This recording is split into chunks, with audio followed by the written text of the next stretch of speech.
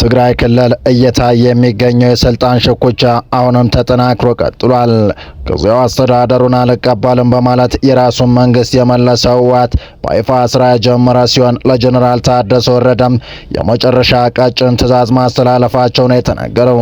የት እንደሚገኙ ምንም የታወቀ ነገር የሌለው ጀኔራል ታደሰ ወረደም ከደብረ ጽዮን ስልጣን እንዲያስረክቡ መልእክት እንደተላከላቸው የተሰማ ሲሆን አሁን በትግራይ ያለው ሁኔታም እጅግ አስጊ እንደሆነ እየተገለጸ ይገኛል።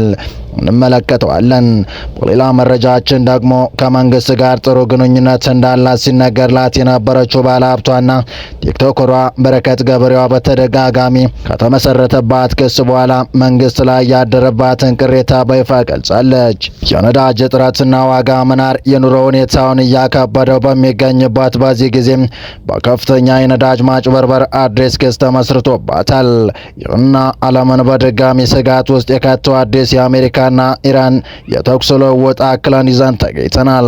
ሰላም ጤና ይስጥልን ወደ ፋስት ዴይሊ ተከታታዮች የዚህ ቻናል ቤተሰብ ካሉና ቻናሉን ሰብስክራይብ እያደረጋችሁ ቤተሰብ ሁኑ እያልን የቻናሉ ቤተሰብ ከሆናችሁ ደግሞ ተደራሽነታችንን ታሰፉ ዘንድ ፕሮግራሙን ላይክ እና ሼር እንድታደርጉ እየጋበዝን ወደ ዝርዝር መረጃዎቹ ተሻገርን። እስከ ፍጻሜው አብራችሁን ቆዩ። ሚያዝያ 7 ቀን 2018 ዓ.ም ስራውን በይፋ የጀመረው የትግራይ ምክር ቤት ዶክተር ደብረጽዮን ገብረ ሚካኤልን የክልሉ ፕሬዝዳንት አድርጎ መምረጡ ይታወሳል።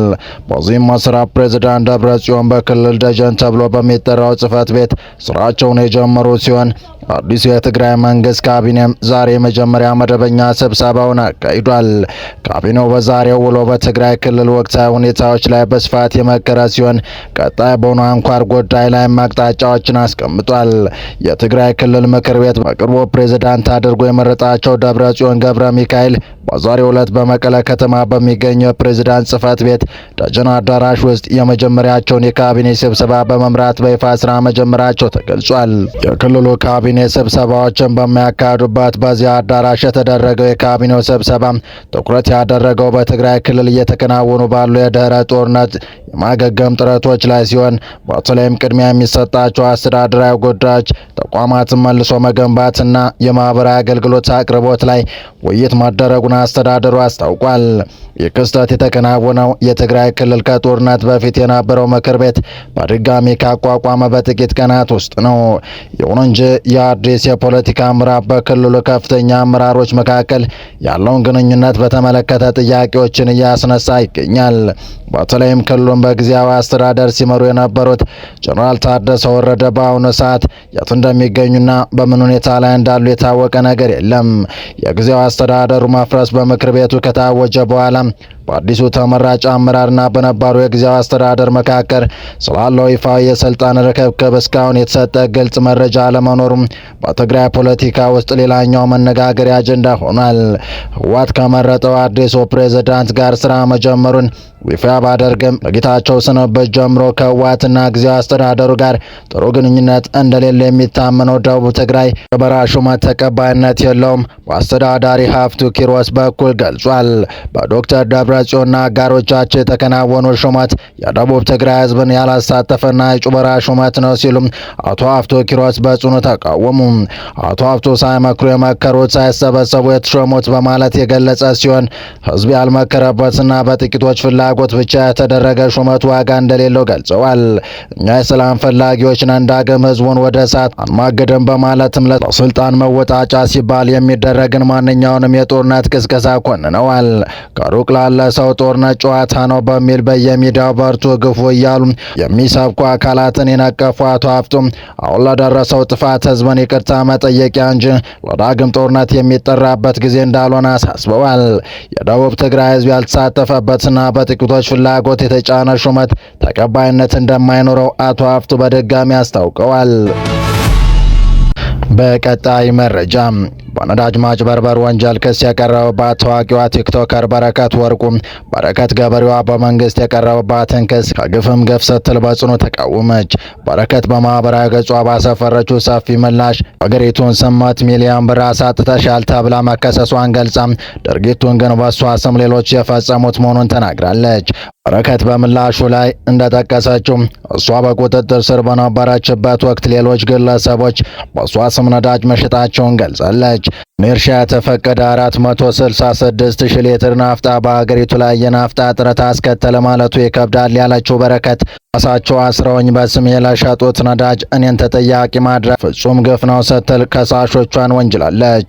ቲክቶከሯ ለአህጉሩ ያበረከተችውን አስተዋጽኦ በመዘርዘር ከፍተኛ ቅሬታዋን ገልጻለች። ከሰለጠነ ሀገር መጥቼ ዝቅ ብዬ ሰራው፣ ትምህርት ቤቶችን፣ የምገባ ማዕከላትና ቴክኒኮች ገነባው ስትል ያስታወሰችው በረከት ለፌዴራል ፖሊስ አባላት ሳይቀር ድጋፍ አድርግ መቆየቷን ጠቅሳለች። ሀገሬ ግን እውነት በጣም አዘንኩብሽ፣ ተቀየምኩሽ፣ አፈርኩብሽ በማለት በደረሰባት ክስ ማዘኗን ገልጻለች።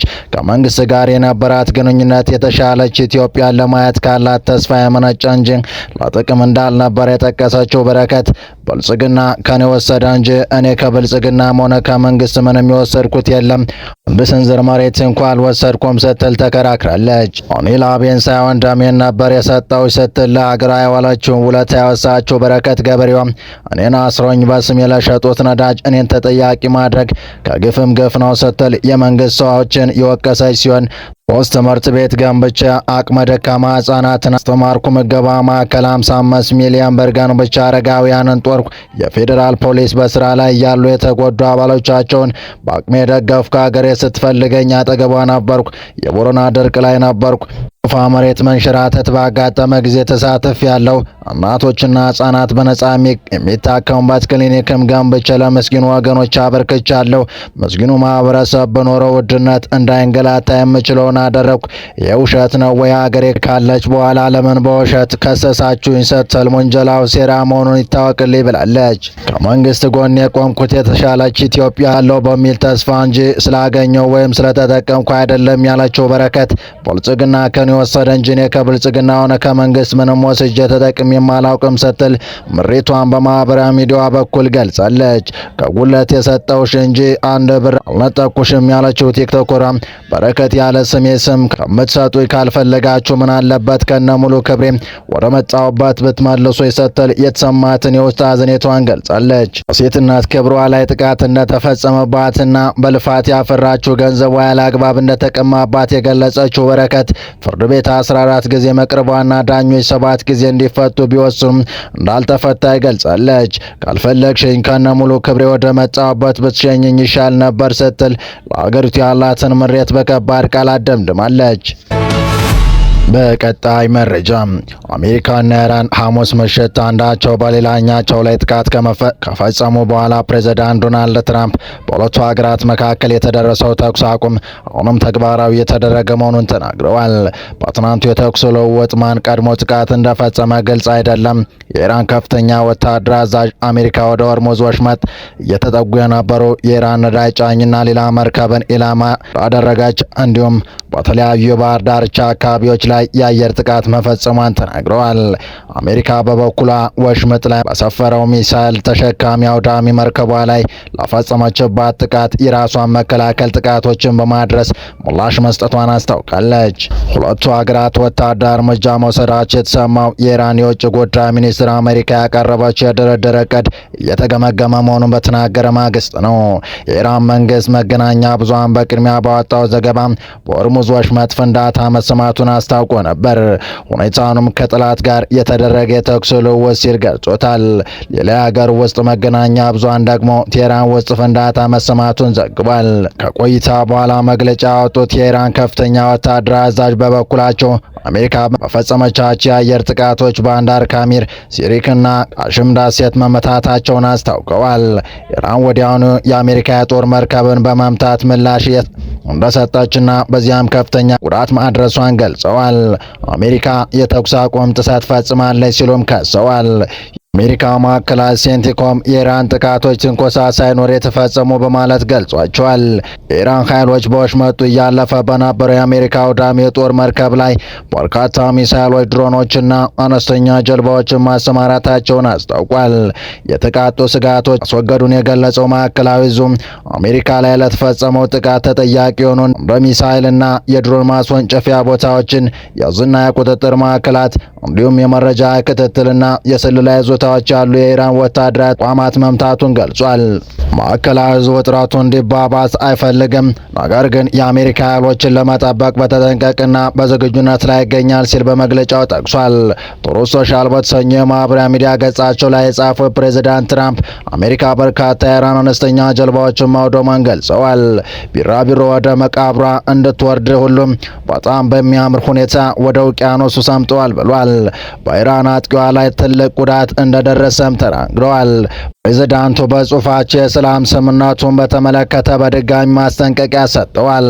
ዛሬ በድጋሚ እንደዘረርናቸው ሁሉም ስምምነታቸውን በፍጥነት ካልፈረሙ ወደፊት በበለጠ ጥንካሬና ከከፋ ባለ ኃይል እንዘራቸዋለን ብለዋል። በትናንት ጥቃት ላይ የእስራኤል ተሳትፎ እንዳልነበረ አንድ የእስራኤል ምንጭ ለቢቢሲ ተናግረዋል።